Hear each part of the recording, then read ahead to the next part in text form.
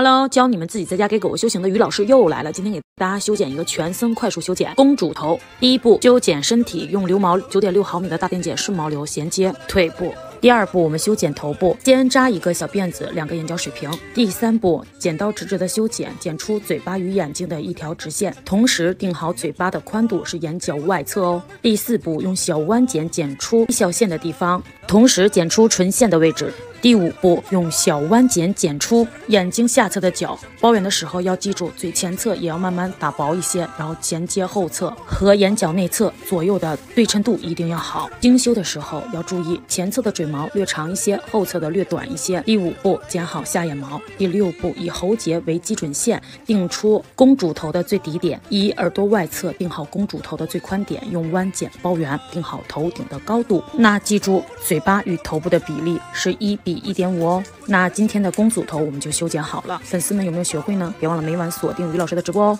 我是宠物美容师于景一，带你一把剪刀走天下。